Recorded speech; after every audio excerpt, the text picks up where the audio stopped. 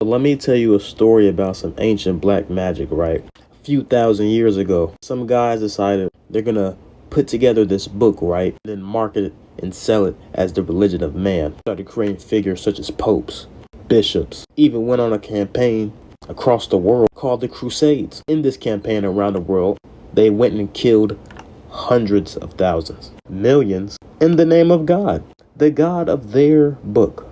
This book they call the Bible.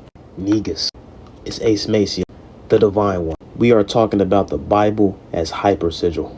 Let me cook. You gotta understand, peep game. What if I was to tell you that the God of the Bible was actually a war god? Because see, I don't get how you can be the one above all, the monad, supreme, yet at the same time you're a jealous God. If you have so much power, what is there to be jealous of?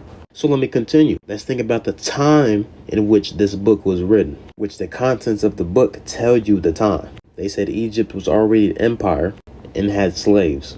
Egypt was already in the fall. So this religion isn't that old. And secondly, this was a time of pagan, where many cultures, Mesopotamia, Sumeria, had pantheons, multiple gods. Even in Canaan, like Egypt, they had multiple gods. Then they had a pharaoh who made it monotheistic. The fall. So in this time before monotheism, what were the powers of the day? Simply look at the Bible. What powers are absent from the Bible? The goddess. Here we get Ishtar, Astarte, Mesopotamia, Sumerian. How do spirits work?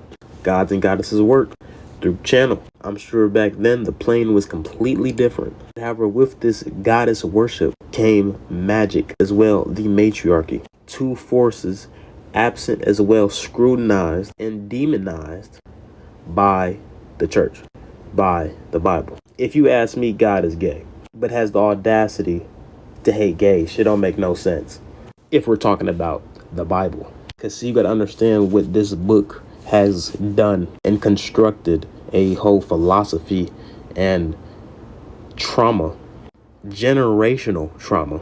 Programs people don't even realize are even there.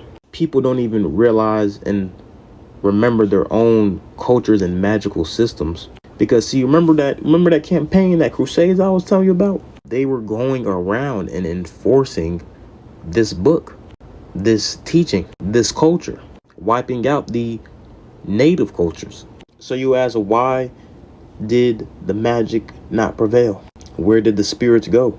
They died. They killed off the followers, buried and covered everything up so no one would even find it, obscured it and demonized it, made it a cult.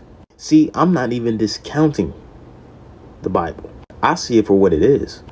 Black magic, a hypersigil that has been even further with a either channeling or expansion or a simulation of spirits, archangels, demons, the saints. The spells are there too.